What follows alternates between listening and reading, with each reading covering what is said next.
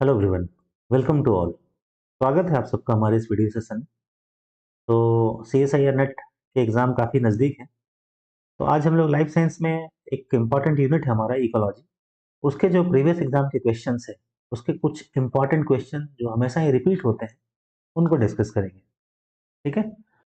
तो हमने ये पहला क्वेश्चन ले रखा है। ये हमारा पॉपुलेशन इकोलॉजी से है।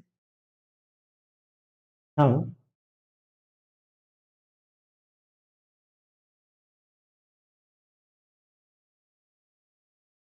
क्वेश्चन किससे है, तो आप थोड़ा क्वेश्चन को पढ़ें, अंदाजा लगाएं। Here is some data for a cohort of 400 individuals of a species whose abundance was tracked for 6 years, its maximum lifespan. For 1 year age interval from birth to 6 years, you have the following number of survivors: 400, 200, 100, 40, 20, 10, and 0. The corresponding per capita birth rates are 0.1, 2, 3, 4, 4, 3, and 0. What is the basic reproductive rate? R0. तो आपको R0 निकालना है। ठीक है। देखिए इसे कैसे solve करेंगे। ये आपका एज स्पेसिफिक जो सर्वाइवरशिप होता है, उस इसका पर्टिकुलर टेबल जो बनता है वो आपको टेबल बनाना पड़ेगा। क्वेश्चन को थोड़ा समझें। कोई भी स्पीसीज जन्म के साथ ही रिप्रोडक्शन स्टार्ट नहीं करता है, लेकिन जिन स्पीसीज का लाइफ स्पैन कम होता है वो जन्म लेने के 1 साल के अंदर रिप्रोडक्शन स्टार्ट कर देते हैं। कुछ ऐसा ही यहाँ पे एग्जाम्पल है। जैसे यहाँ जो एज है वो दिया हुआ है। एज को हम लोग एक्स मानते हैं, वो है हमारा एज 0 जब जन्म हुआ है, 1, 2, 3, 4, 5 और 6, ये इसका मैक्सिमम एज है जहाँ पे उसके बाद उसकी डेथ हो जाएगी। तो आप देखेंगे कि जन्म के साथ रिप्रोडक्शन रेट काफी कम है। वो यहाँ पे कैसे दिया हुआ है, 0.1। ठीक है। जब उसका एज बढ़ा आगे चल के तो कितना हो गया, 2। फिर क्या, रिप्रोडक्शन रेट 3। एक टाइम आता है जब उसका रिप्रोडक्शन रेट काफी ज्यादा होता है। पहले कम था, वो धीरे धीरे बढ़ा, मैक्सिमम पे आया, फिर उसके बाद अगेन वो डिक्लाइन होने लगता है और फाइनली तो उसकी डेथ होनी। इस डेटा के बेसिस पे आपको R0 निकालना है। साथ ही ये भी दिया हुआ है कि उसमें से कुछ स्पीसीज जो है, जैसे एज 0 पे कितने स्पीसीज थे उसको हम लोग NX से दिखाते हैं। ठीक है। ये सर्वाइवर है आपका। तो एज 0 पे मतलब जब जन्म हुआ है तो उसमें कितने थे, 400, क्योंकि क्वेश्चन में ही गिवन है। एज 1 पे कितना है, 200, मतलब 200 मर गए। 0 से 1 तक आने में 200 मर गए, डेथ हो गई उनकी। उसके बाद कितना है, 100। फिर क्या है, 40। फिर क्या है, 20। फिर क्या है, 10। और फाइनली जो है सर्वाइवल 6 में, क्योंकि मैक्सिमम उनका लाइफ स्पैन है, इट विल बी 0 ईयर। ठीक है, क्योंकि दिया हुआ है। अब जो R0 का फॉर्मूला होता है, अगर आपको ये पता है तो आपका काम आसान हो जाएगा। और R0 का फॉर्मूला क्या होता है, R0 equal to reproductive rate summation of LX MX, LX into MX, इनका समेशन। ठीक है। यहाँ MX क्या है, ये है बर्थ रेट, और LX क्या है आपका, एज स्पेसिफिक सर्वाइवर से। LX क्या है, एज स्पेसिफिक सर्वाइवर से। कैसे निकालते हैं,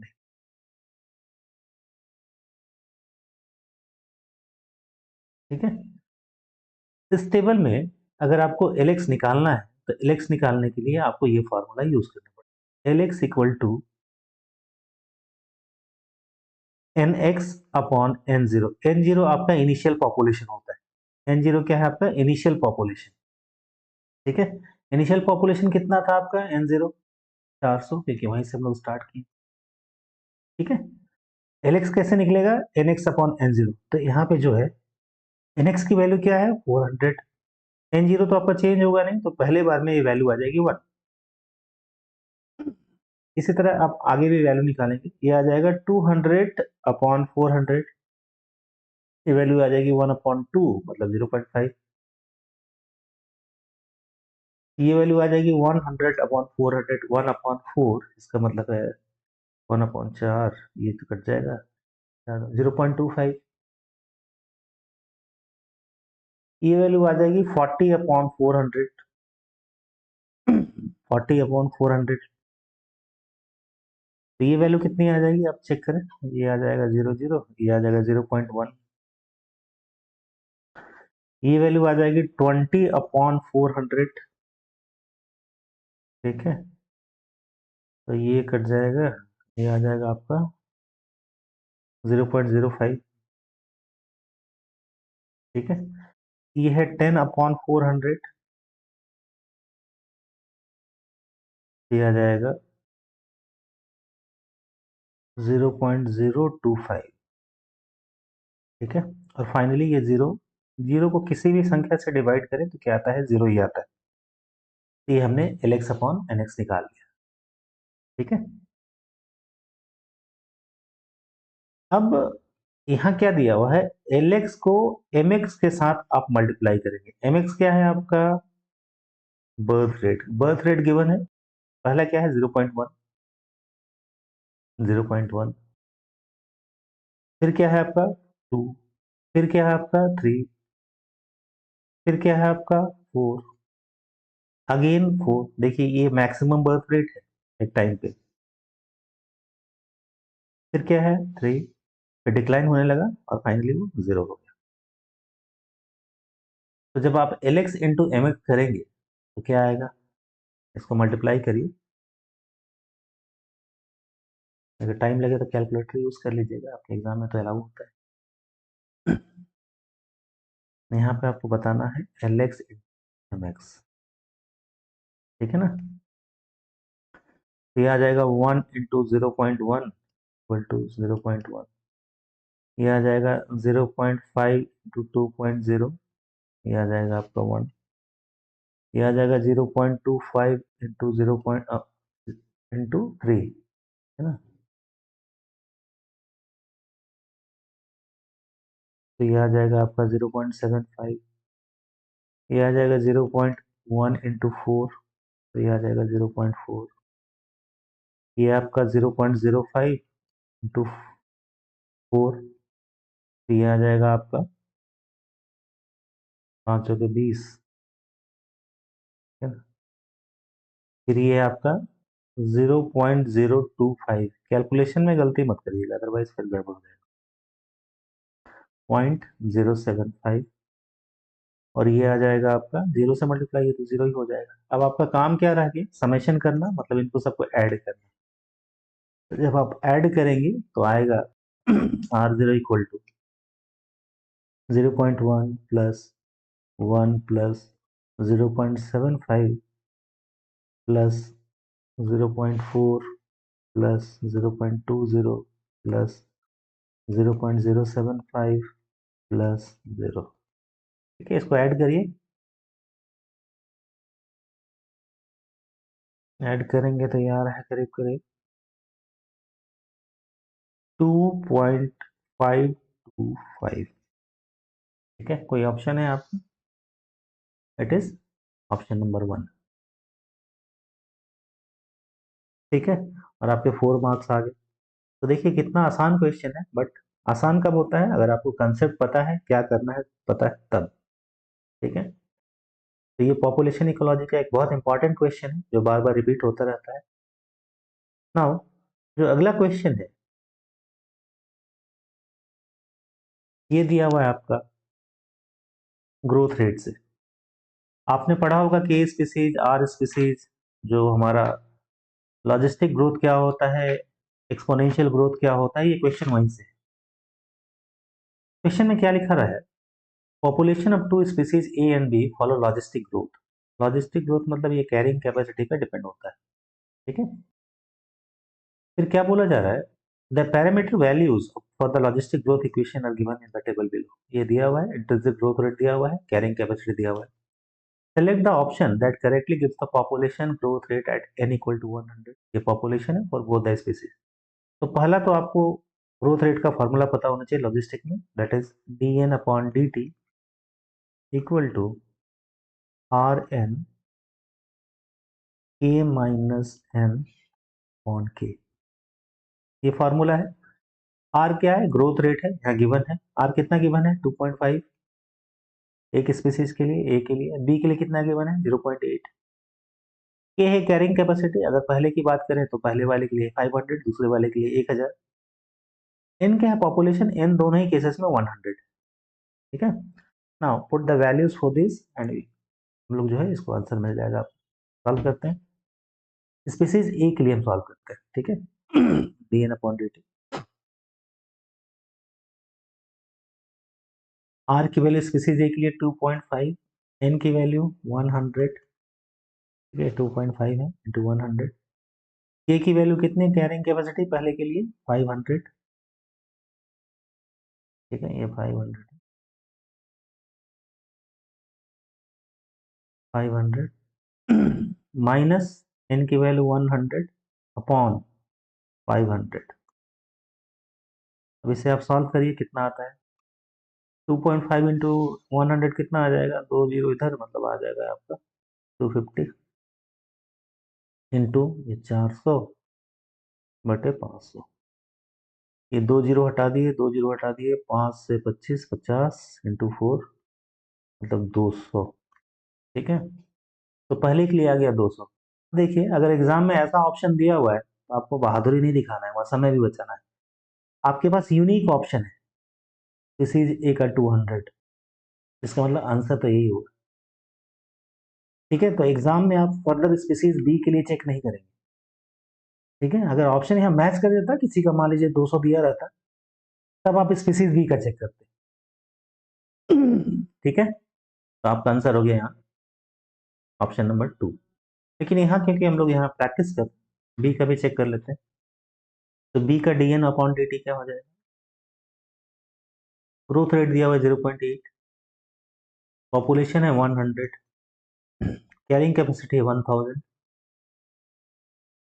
माइनस 100 अपॉन 1000।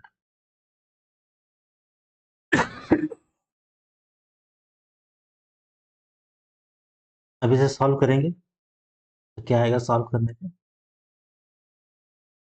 ये आ गया आपका 0.8 इंटू 800 1/280 900 बटा 1000। ठीक है ना, तो ये 3 जीरो है ना, 3 जीरो, तो 2 जीरो यहाँ से गया, एक यहाँ से गया, 9 8 जा 72। ठीक है, तो ऑप्शन नंबर 2 करेक्ट। अब चलिए अगले क्वेश्चन पे आते हैं। ये क्वेश्चन क्या बोलता है? Which of the following scenarios is likely to produce the highest beta diversity for tree species in a forest landscape? ठीक है ना, तो जब आप स्पीसीज डाइवर्सिटी देख रहे थे तो वहां पे अल्फा, बीटा और गामा, 3 तरह की स्पीसीज डाइवर्सिटी थी। ठीक है, अल्फा क्या था? Within a particular habitat और ecosystem, within a particular habitat,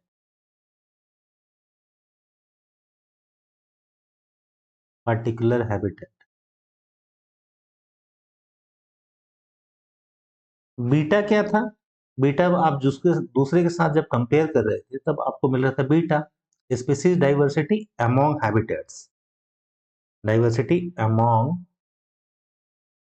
habitats. और ये गामा क्या था? ये था ओवरऑल डाइवर्सिटी। गामा क्या था आपका? टोटल स्पीसीज डाइवर्सिटी या overall? Total species diversity, alpha और बीटा दोनों को मिला के।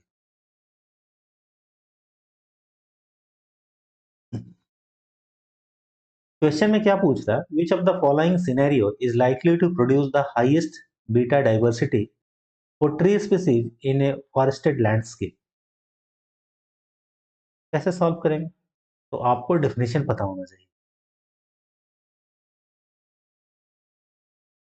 आपको पूछ रहा है बीटा डाइवर्सिटी हाईएस्ट चाहिए, तो बीटा डाइवर्सिटी क्या है? दो के बीच में जब कंपेयर करते हैं तब जाके बीटा डाइवर्सिटी निकलता है। तो इसके लिए जो 4 ऑप्शन है उसको वन बाय वन करके आप देखिए। देखिए, क्योंकि आप दूसरे से कंपेयर करने जा रहे हैं। देखिए क्वेश्चन बहुत आसान है लेकिन आपको समझना पड़ेगा क्योंकि आपको निकालना है हाईएस्ट बीटा डाइवर्सिटी, और बीटा डाइवर्सिटी निकलता है दो के बीच में कंपैरिजन से अमॉन्ग हैबिटेट्स। ठीक है, तो ये हाई अल्फा डाइवर्सिटी तो यहीं पे रिजेक्ट हो जाता है।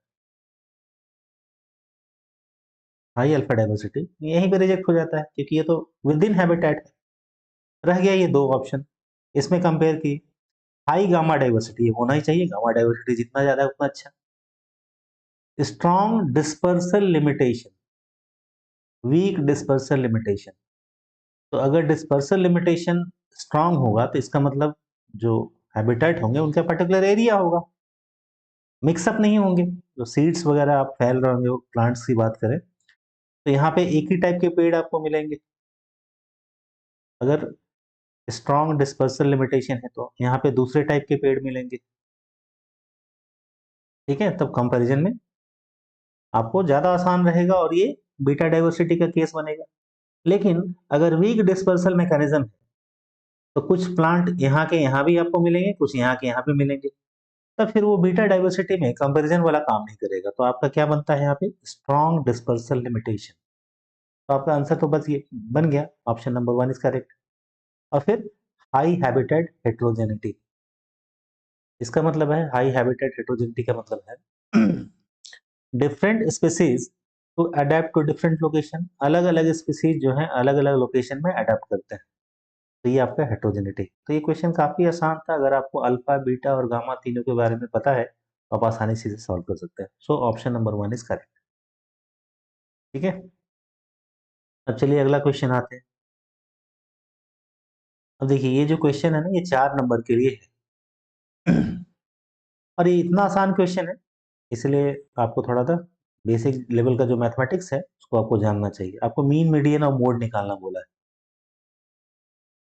ठीक है, तो आप कहाँ से शुरुआत करें मीन तो क्या होगा, आप सबको ऐड करेंगे और जितना डेटा है उतने से डिवाइड कर देंगे, ये मीन है, एवरेज ही होता है। मीडियन क्या है, मिडिल वैल्यू, यहाँ 15 दिया हुआ है, तो अगर आप इसको एक ऑर्डर में अरेंज कर लें असेंडिंग ऑर्डर में, जो मिडिल वैल्यू मिल जाए वो, क्योंकि 15 है ये आपका ऑड है। ठीक है, और मोड क्या होगा, जिसकी फ्रीक्वेंसी सबसे ज्यादा है, तो मोड निकालना सबसे आसान है इस पर्टिकुलर केस में। कौन सा जो यहाँ पे डिजिट है वो सब ज्यादा रिपीट हुआ है, नंबर जो है सब ज्यादा रिपीट हुआ है, वो है 8।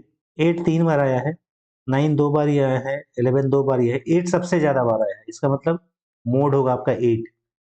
1 और 4 जो है कैंसल आउट हो गया।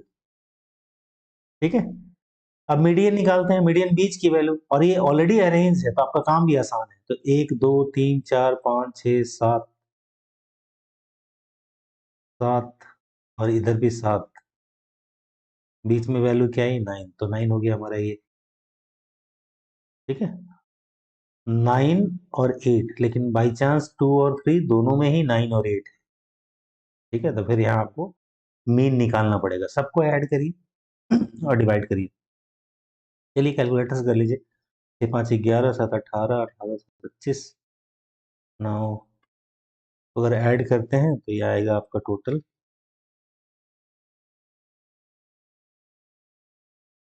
134। ठीक है, डिवाइड किससे करेंगे, 15 से,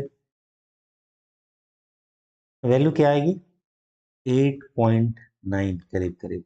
तो आवर ऑप्शन इज, तो आप देख रहे हैं ना यहाँ मार्क्स देखिए, ये 4 मार्क्स का है क्वेश्चन, कुछ है इसका, इसमें कुछ क्वेश्चन में कुछ दम है।